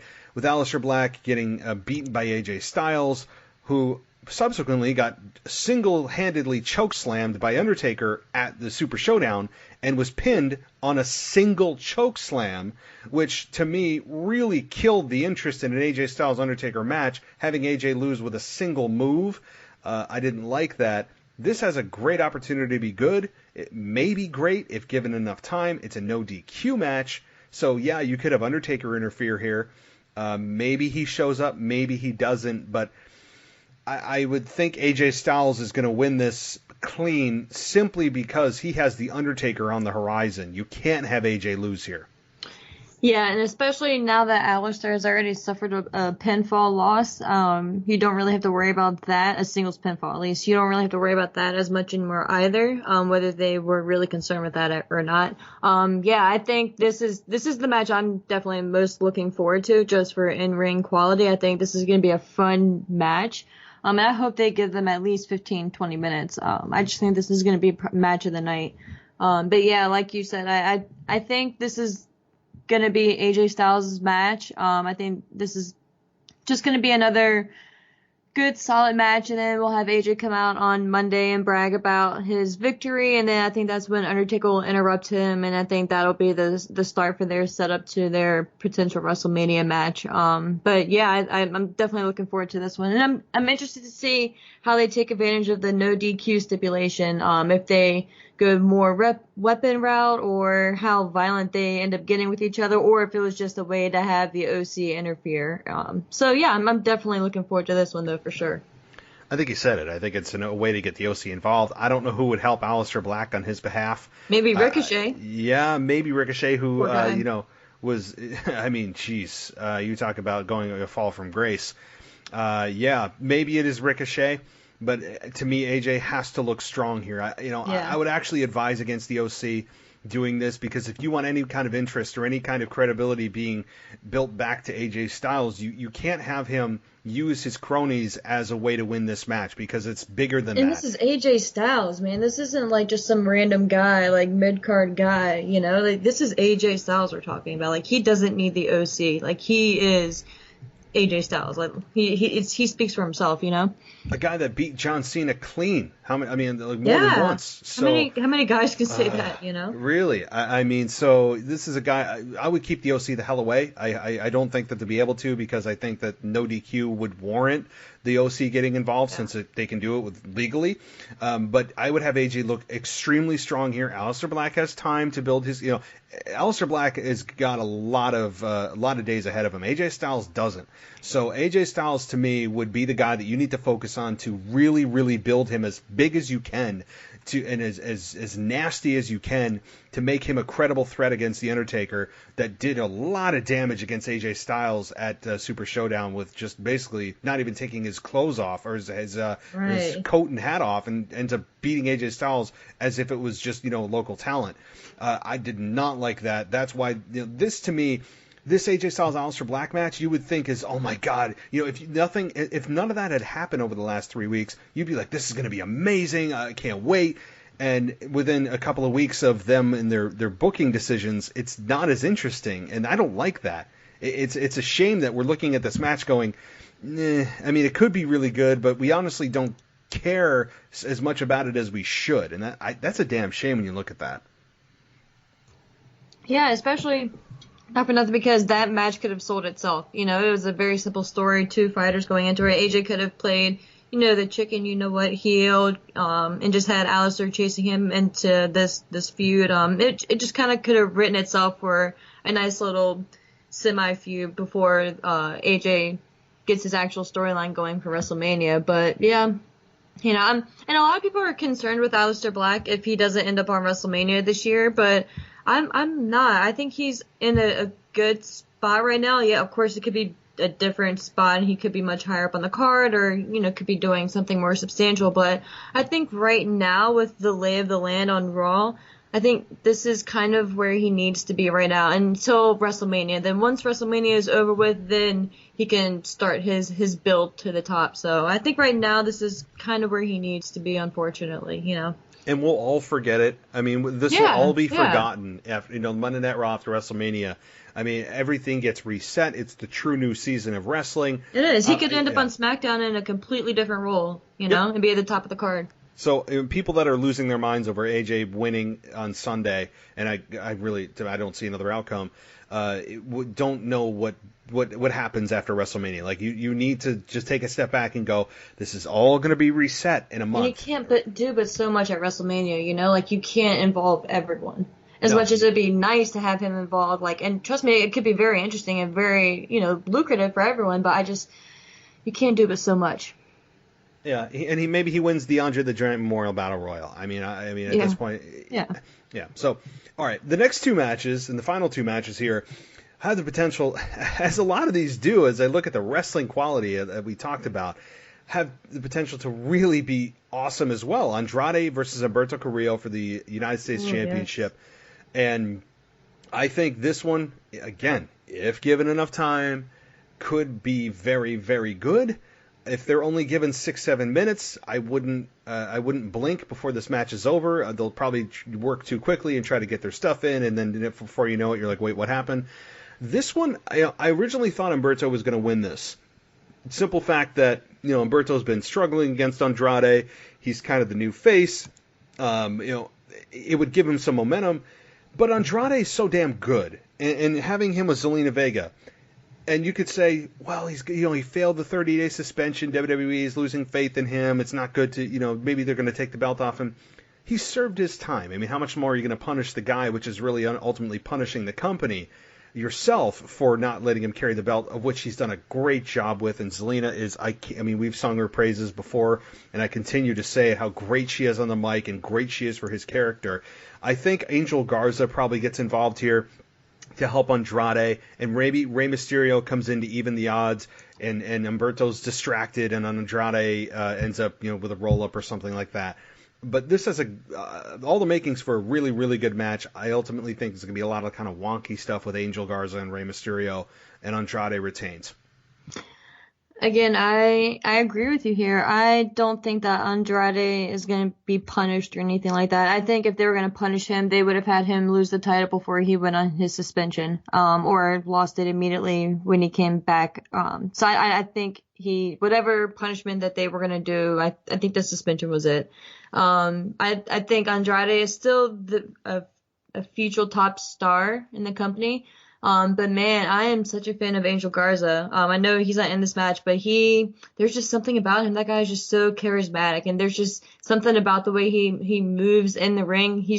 I think he's going to be potential top star for them as well. But as far as this match is concerned, like this, I think has like you said, the potential to steal the show as well. Alberto Carrillo has such a bright future in front of him as well, and I just love how many different stories are intertwined between all four guys, and then you have Zelina out there, how she's pretty much in the middle of everyone as well. It's just such a cool, different dynamic, and I just love how they're doing their own thing on Raw as well, and it's just a really good story, and I think this is going to be a good match, but yeah, I see Andrade retaining here. But what do you think if he does retain here? What do you think he does next? Or do you think he does anything at WrestleMania, or do you think he just kind of waits it out until afterwards? I think this is going to be one of the WWE specials of booking and being a 4-way elimination match, or a fatal 4-way ladder match of some sort for the United States Championship. I mean, I think they're going to put all four guys. You have two baby faces, you have two heels, you've got the United States Championship, and you throw ladders into this match, and it could blow the roof off the place. And having Andrade, Alberto, Angel Garza, and Rey Mysterio involved in this match, I think to me that's what they're going to do. And I would agree. As much as I'm not a fan of multi-person matches, this one makes decent sense to me, to throw all four men in there, and because it's going to be a top quality match. Like, you don't even have to think about it, and it's going to be a great match. And I totally agree with you too on Angel Garza.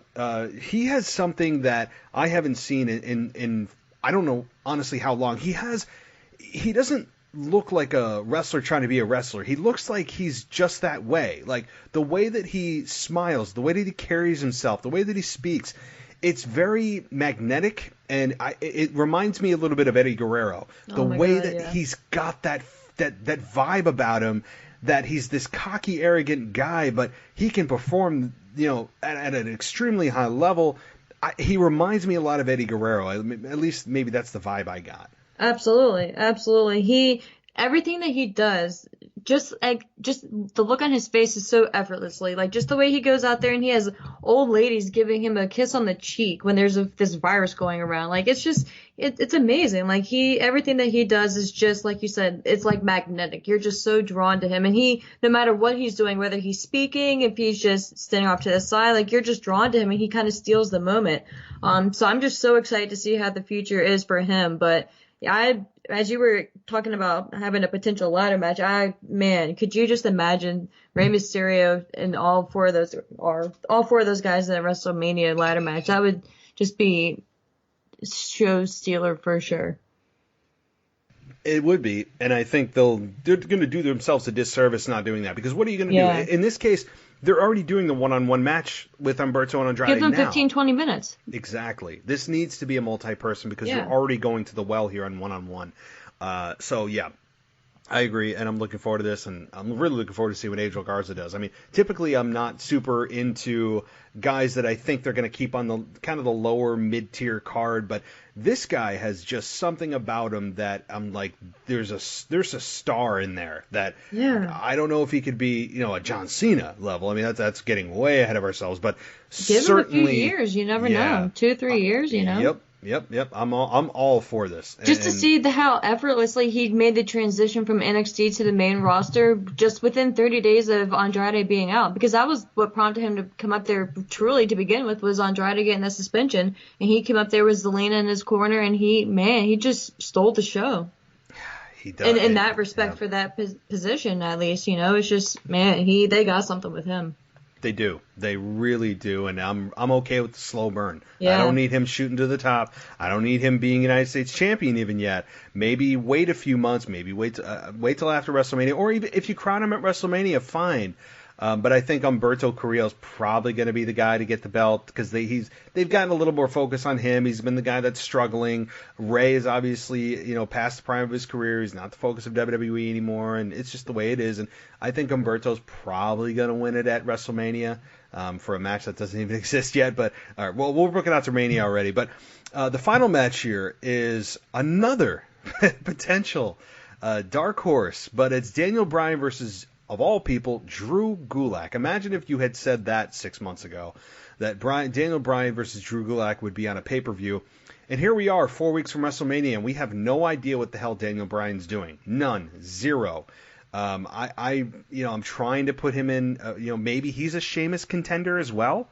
Yeah. Daniel Bryan versus Sheamus happened at WrestleMania 27? I'm probably, maybe even 26, when he kissed AJ Lee and then got kicked in the face. And lost in however many seconds, and Sheamus beat him. So they could draw on that with Daniel Bryan and Sheamus. Maybe Sheamus ends up bro kicking him at the end of the match. I know we booked Sheamus and Braun Strowman, but Sheamus could fit in a couple places here, and there's some history with Daniel Bryan and Sheamus, particularly at WrestleMania. So other than that, to answer your question, Daniel Bryan wins this, I think pretty handily. I don't think, as much as I may have said it could be a match of the night, I don't know how much hope I would give Drew Gulak fans in this match, given how Drew Gulak's been positioned. To me, this is Daniel Bryan wins pretty handily and ends up maybe getting bro kicked by Sheamus, or at least, at the very least, we get an idea of what the hell he could be doing at WrestleMania. Yeah, and it's amazing to think this time last year, Daniel Bryan was the champion going into WrestleMania, and now we're sitting here wondering, what is he going to do this year at WrestleMania? Is he even going to be on the card? So it's just insane to look at a year-to-year comparison. But again, like you said, I think this match is going to be or has the potential to be match of the night as well. Man, I'm happy for Drew Gulak. I'm happy that he's getting this opportunity to have a match against Daniel Bryan, because he is a really good, solid worker. That really didn't get a fair shot because he was under that 205 umbrella. So I'm just happy that he's getting the opportunity here as well, and especially with it being in Philadelphia, that fan base is diehard, and they're very well aware of his history there. So I think this is going to be a good match, and honestly, I completely forgot about the whole Sheamus factor with Daniel Bryan and that potential there. So if they wanted to do a quick build going into WrestleMania for those two, I could totally see that as well, and that would be a good solid match as well. I wouldn't be mad at that either. But yeah, I'd pick Daniel Bryan here as well. Oh, my mic went off. I think that's to me, this is the only outcome. I mean, I don't know how you have Drew Gulak win here. Again, I don't need Vince being Vince to swerve fans for the sake of swerving fans when the downside is so huge. Daniel Bryan needs to win this and win it without any confusion, any doubt. It is a Daniel Bryan win. But as you said, Drew Gulak getting this position. This is Drew Gulak's biggest match of his career. When you look at this, Daniel Bryan, at least in the perception of fans, is taking a huge step down to Drew Gulak, and Drew Gulak is taking a huge step up to Daniel Bryan. So I think Daniel Bryan and Drew are going to have a very good match. Daniel Bryan's going to do the best he can to showcase and sell for Drew. That's the kind of guy he is. I expect this to be very a technical type of probably chain wrestling match, which I love. This, again, you could say this is going to be a quick match, and it probably should be, but with 7 matches on the card, that's not a lot. That tells me some of these matches are going to be very long, particularly the chamber matches, and that'll probably eat up a lot of the time. But with only 7 matches, this hopefully is given enough time to breathe, and they can put on 15, 16 minutes of a really solid, good wrestling match that elevates Drew and keeps Daniel Bryan kind of where he is. Because in a win, this isn't going to do anything for Daniel Bryan in a win. It's going to do damage in a loss, but nothing in a win, ultimately elevating Drew in this particular contest. So to me, it's a win-win to have Daniel Bryan win this because Drew gets elevated. Daniel Bryan kind of stays where he is as fans try to guess where the hell he's going for WrestleMania. Exactly. And I think this may be on the card to potentially start Daniel Bryan's next feud as well. As you were talking, I was sitting there kind of thinking about it as well. I could definitely see the Sheamus interference, or maybe just showing up afterwards and giving him a bro kick to start that. But because I think I can't imagine Daniel Bryan not being on the card this year, right? Like, they got to do something with him. They can't just not have him on the card.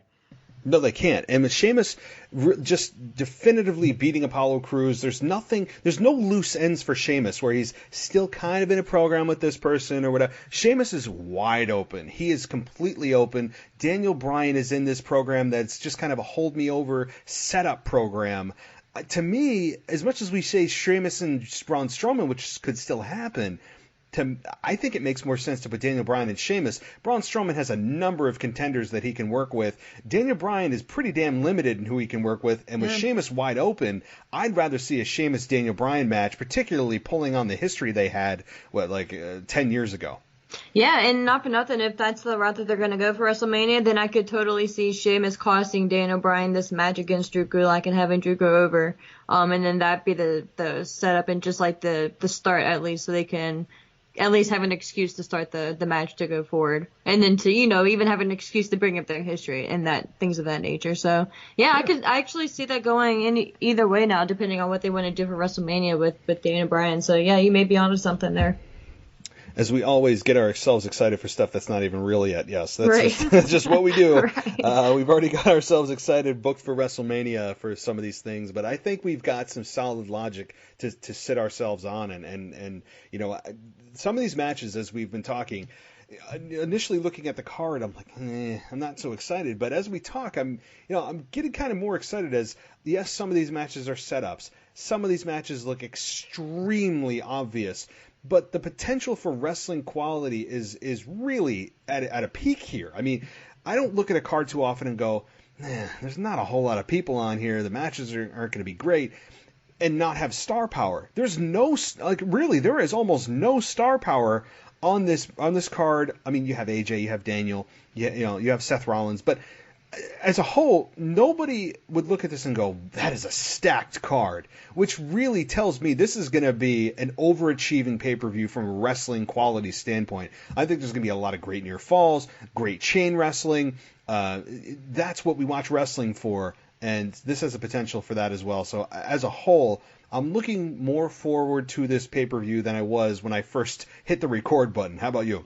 Yeah, and it's funny that you say that, because as you were talking earlier about your prediction for the Daniel Bryan match, I was sitting there thinking about the pay-per-view as a whole and was thinking the same exact thing. Going into tomorrow's show, like I wasn't not looking forward to it, but I was like, whatever. It's just something that a show that they had to have, or they have to put on because it's their next stop, and they booked the arena well in advance, and they just had to do it type of thing. But looking at the card and talking about it with you and actually getting prepared for it, and just the simple fact that it is kind of refreshing if you think about it, that there is no heavyweight championship match. There's no Brock Lesnar, no actual top guy like a Roman Reigns, like all those guys. There's no big star power feel to it, and that's kind of refreshing in a way. It's kind of giving everyone else their own opportunity to shine on the road to WrestleMania, and it's just a different vibe and a different feel, and it has the potential to be a very good pay-per-view as a whole. So I may not have been as excited going into it as at the start of the show, but actually, talking about it and thinking back on it, I'm definitely looking forward to it. That is something that, that's a great side effect of not having big stars on a show. You don't have these overarching, just, the obvious main event of the show, and you're just kind of going through the motions to get to the main event. And it makes everything else bigger. Yeah, exactly. By default, if nothing else. And it gives stars that normally wouldn't get this opportunity. This, and I know some wrestling fans, especially this time of year, go, I only want to see the biggest. Oh, where's Undertaker? Where's The Rock? What's Austin doing? Is he going to be there? People are still kind of poking their heads in and seeing what wrestling's doing right now, and still thinking that these stars are going to be there, and that's all they care about is where's Brock Lesnar? All these big names, and yeah, those are certainly interesting, and I look forward to them as well. But this is, to me, a wrestling fans pay-per-view where we as wrestling fans get to see what the potential next stars could be. There aren't any huge stars on this card to overshadow anybody else. They have a lot of opportunity to knock it out of the park. Almost every match has that possibility, outside of Braun Strowman's match. I mean, it's just kind of the way it is with the format of it. So this, to me, is a next star building pay-per-view. You're not going to have a star born overnight, probably, but you're going to have an opportunity to see who that could be without the focus and distraction of somebody who's just obviously a much bigger star or a much bigger match coming up. Really, every match is kind of on the same playing field. It's insane. I feel as excited about every match as the next on this card. Everything's kind of flat for me, and it sounds like a negative, but it's not, because the upside is so big, the ceiling is so big for all of these matches, that it's kind of exciting to see which one's going to end up being the match of the night. We said it, almost every single prediction, we said that match could be the match of the night, which is unheard of. So, yeah, this has the potential to really knock it out of the park and blow people's expectations away. Of course, you could have this go completely flat and people pissed off, and we're like, oh, well, that pay-per-view sucked, as as it probably should have, looking at it. But honestly, I mean, I'm gonna look forward to this and use some optimism and really to say, hey, this could be a match or a pay-per-view that exceeds mine and a lot of people's expectations. Absolutely. And just really quick, I think we all complain that the top guys always hog the spots. So now tomorrow night is a perfect example of them giving the other guys a chance, and not being all about the Roman Reigns and the Baron Corbins for one night at least. At least we get a break of all those guys. And it's just, I don't want to say the mid card guys or the lower card guys, or I don't even know how to describe it. It's just the other guys who wouldn't necessarily get the spotlight. They're actually getting an opportunity to showcase their talents and to have their moment, and especially the last pay-per-view before WrestleMania. That's a big thing, it's a big deal. We're a month out from the biggest show of the year. So to have a moment, regardless of the match that they're in tomorrow night, whether it's the women's, the Elimination Chamber match or the tag team match or whatever it is, they're getting that opportunity. So this is going to be a big moment for them. So I think they're definitely going to go out there with the mentality to steal the show, because we've seen it. Like, for instance, with Kofi Kingston, that what one moment can do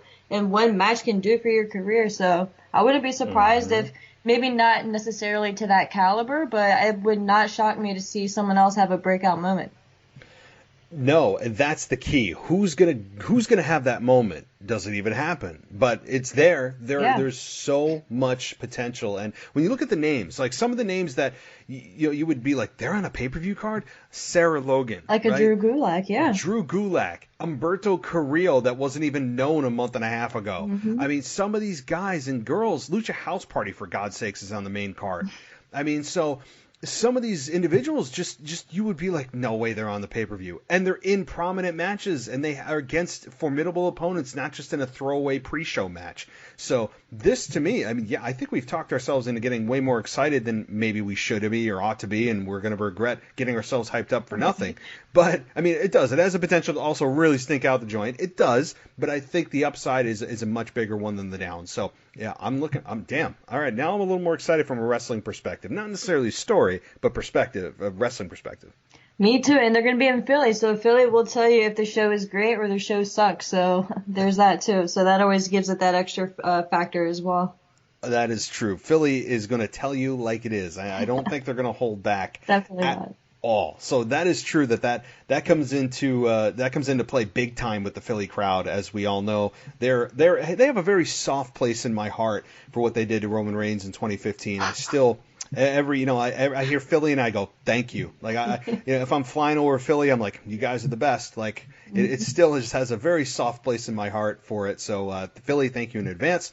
And so this has been very exciting for me. I didn't think I'd get more pumped about the pay-per-view than I was originally going to, but this is awesome. So yeah, me either. So thank you, Matt. Yeah, no, we kind of gave ourselves our own self-driven promo on the Elimination Chamber, better than WWE has done the last couple of weeks. But to their defense, they had 2 pay-per-views in 2 weeks. So, yeah, and real quick, to their credit, like, I couldn't even imagine, like, having to book and travel and just be responsible for everything that they've had to do within the past 2 months, if you really think about it. It's just insane. I mean, granted, they do it to themselves, but at the same token, it's not something that I envy either, so kudos to them. I don't. When you just take it for granted, they're just there, and you don't think about the logistics of the travel and the 15-hour flights and sitting on a plane and being dog tired coming into the hotel and checking in, getting your rental car, going to the gym, like all these things that you just take for granted. You turn on my screen or I turn on my smartphone, they're there. I mean, you don't think about what it takes to get there. Like sometimes people don't. So I definitely I couldn't do it, and props to everybody who can, and the sacrifice that all those men and women make. One last thing, and then I'll shut up. Is Mandy Rose and Otis? I know we kind of talked about that, weaving its way into the story of the tag team title match, but as a isolated storyline. With Mandy Rose and Otis this past week, you had Mandy Rose say, I didn't like being stood up as a woman or whatever she said. And I'm thinking to myself, do you watch your own show, right? I mean, as a performer on a top tier promotion, for a wrestling promotion, you don't watch your own show or even glance at social media. That if you had just even barely remotely watched your own show or looked at social media, you would have known that obviously it wasn't Otis's fault and he didn't stand you up. I mean, so some of that stuff, I'm still enjoying the story, but it's stuff like that with WWE that sometimes you go, come on, Mandy's not even paying attention to her own product. She's just living in a bubble, right? She doesn't know she's being televised, and she can't watch the show back to see, wait, what the hell happened? Maybe they got something on Otis. Why he stood me up, right? I don't know.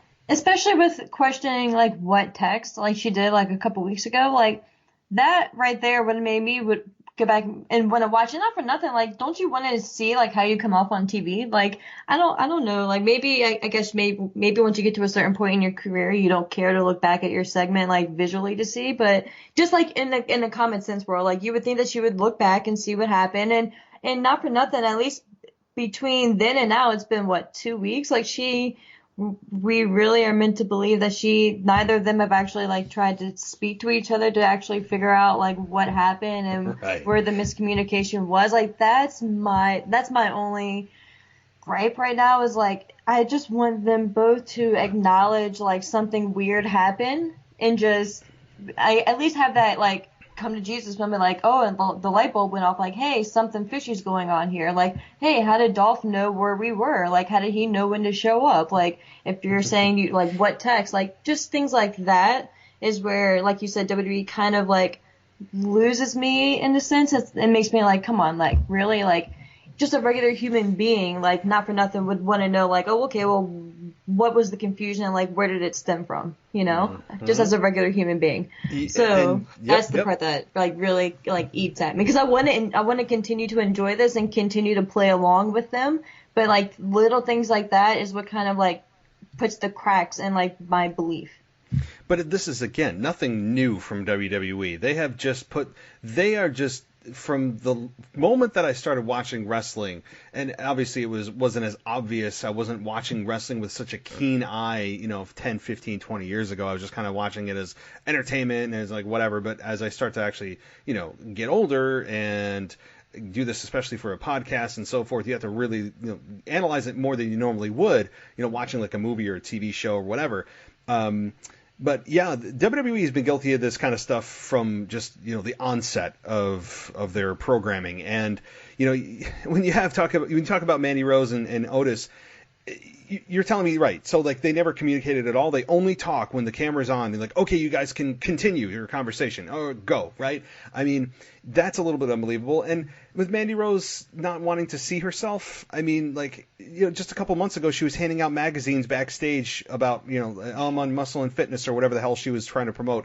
I think she's pretty self-aware and concerned about how she's coming off, not just in magazines, but on television even more so. And they're the first ones to retweet, like, the segments that they're in on their show. So, like, even if nothing else, you're just retweeting with the segment that just happened that you were in, like, from WWE on Fox. Like, they're, you know, like, you would at least see a minute and a half clip that you were in. Like, so, I don't know, like you said, like, things like that is what is like, come on now, let's just, please. Some of that stuff. And when you talk about, like, camera angles that they're guilty of suddenly having, I mean, like, it's not just those storyline holes. It's really, the camera angles to me is more egregious, where they have cameras where they shouldn't. Like when Shane McMahon's head went through a window a couple years ago, that suddenly there's a live feed in the vehicle that was pointing exactly where Shane McMahon's head was going to go through. Or when Roman Reigns got attacked over the summer and they showed that 400,000 times, and suddenly there's a camera exactly where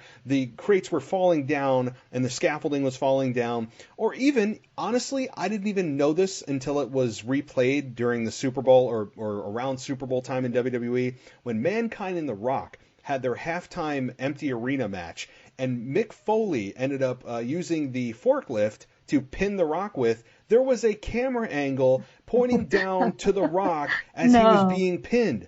Oh, yeah.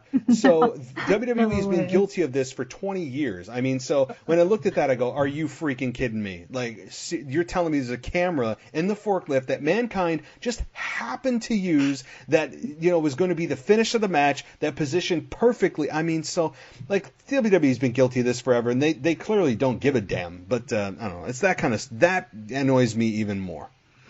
Yeah, it's just like sometimes less is more, you know? Like, we don't have to see everything. I don't need to see Shane McMahon's head, like, after he was thrown through the limit. I don't need to see stuff like that. Like, I get it, you know? Like, I know what's being done to him. I don't need to see it, you know?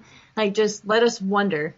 You don't have to catch and capture everything. But to them, the camera angle and what they can use that for in the promos and you know, just shocking TV is a bigger benefit than people like us who go, why the hell, how is there a camera there? But that takes, if you're even a half, you know, intelligent human being, you'd go, how is there a camera there? I mean, without actually knowing transparently that this is a pre-planned show, which if it was, then you would be like, oh, well, yeah, I would put a camera there so that it would be the best shot. But they don't care. They just go, what's the best shot that, you know, and those people, we don't care. You know, they'll still watch, and, you know, the rest of us, the rest of the mindless drones aren't even going to think about it. I mean, you have to think that way in order not to care. I don't know. Like, that was such a turnoff for me, that whole thing with Shane and AJ Styles that year.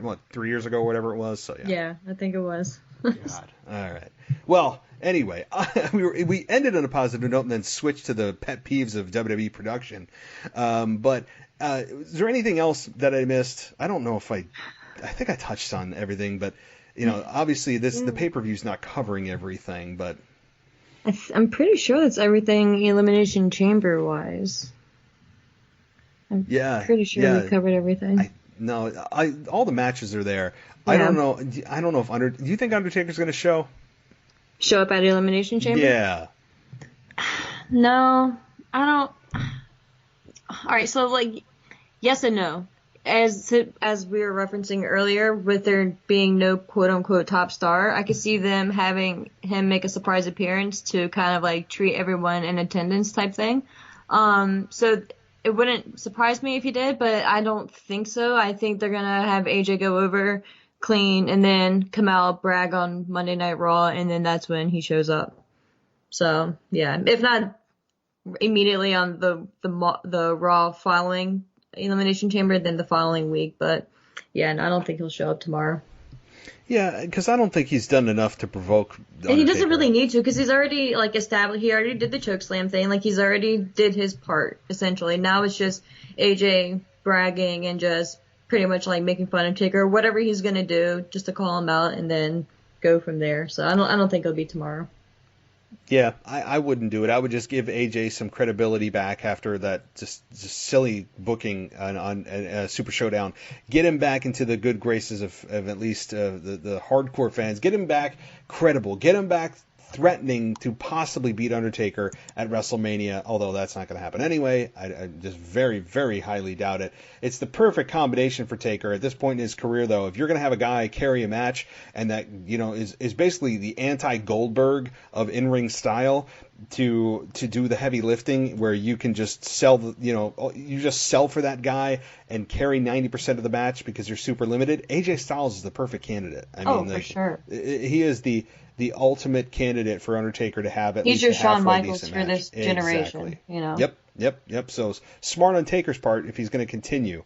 But yeah. All right. Well, Ashley, thank you so much for coming on here. You have pumped me up for the Elimination Chamber, and you've also got me re-angered about WWE production and the things that they do. And do not go back and watch Mankind and The Rock in what, 99 or where the empty arena match was. When I saw that, I go, no. Now I kind of want to, though. It's like that accident. It's like you have to look, but you don't want to type of thing. Like, I kind of have to see it now. It was very depressing. I mean, in 99, I was 14 years old, so at the time I was like, oh, this is kind of cool. Well, he's using a forklift. And at 35, I'm like, that doesn't make any sense. So it just takes me out of the moment instantly when they do that stuff.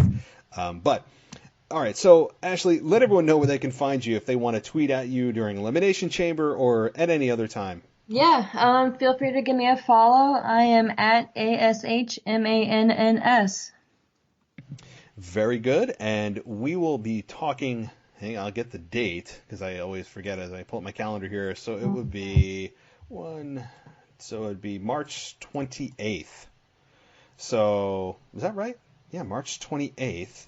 Yeah, so that would be okay because WrestleMania is April 5th. So, all right, well, yeah, so we'll be talking the week before WrestleMania. So that'll be very interesting to see exactly what the full card is come 3 weeks from now. I would assume that we'll be having the full card probably in a week or two. So I'm looking forward to it, and I appreciate you coming on. Absolutely. Thank you so much for having me. No problem. Have a good night. You too. Take care. Thanks for listening to the WWE Podcast. Don't forget to subscribe on your favorite podcast app so you don't miss a show, or head to WWEpodcast.com.